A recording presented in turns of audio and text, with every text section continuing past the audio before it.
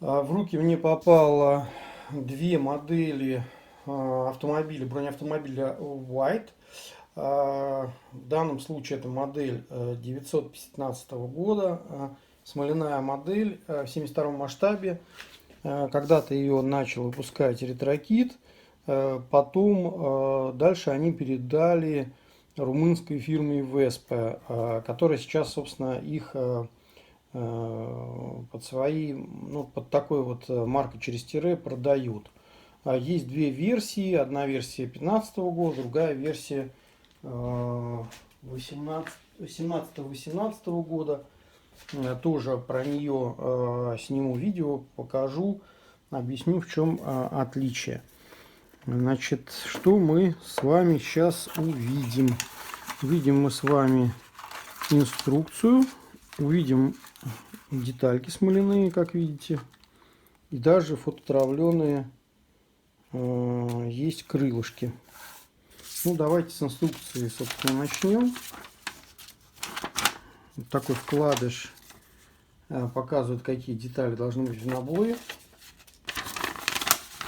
Тут рассказ про машинку. Кто читает по-английски, может нажать на паузу, почитать. И здесь инструкция. Вот. Как это все собирать. Что по деталям? Ну, первая деталь — это корпус.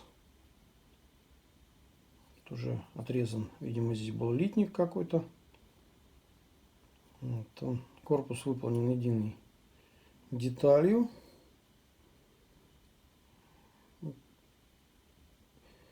Поверхности, скажем так, не совсем идеальные, нужно их будет подшкурить. Это видно. Ну, собственно, льют они очень давно эту модель. Она вышла, наверное, даже лет 7 или 10, может, назад, не знаю, давно. Вот. На ней присутствует очень мелкая такая клепочка. В целом, я уже вот собирал эту машинку. Вы можете в моем блоге или в моих работах посмотреть и увидеть ее. Вот, как она выглядит в собранном виде.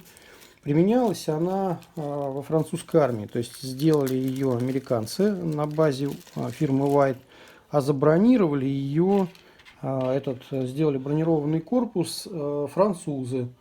Вот, и таким образом, собственно, получился такой симбиоз. То есть грузовик White фирмы американской с французской бронировкой, который в последующем воевал в составе французской армии в Первую мировую.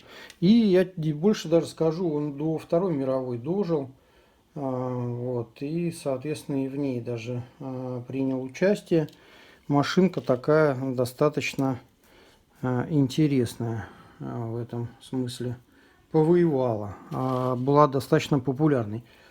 Правда, после Первой мировой французы перевели ее, по-моему, на Лафли, на другую базу колесную. То есть взяли от грузовика Лафли колесную базу и переделали.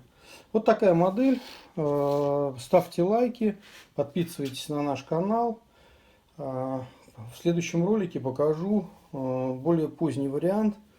Ну и, соответственно, вы увидите, в чем его различие. В заключение покажу свою давнишнюю работу. Она сделана очень много лет назад.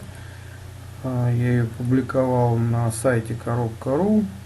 Там выложено. Вот так этот броневичок когда-то я делал.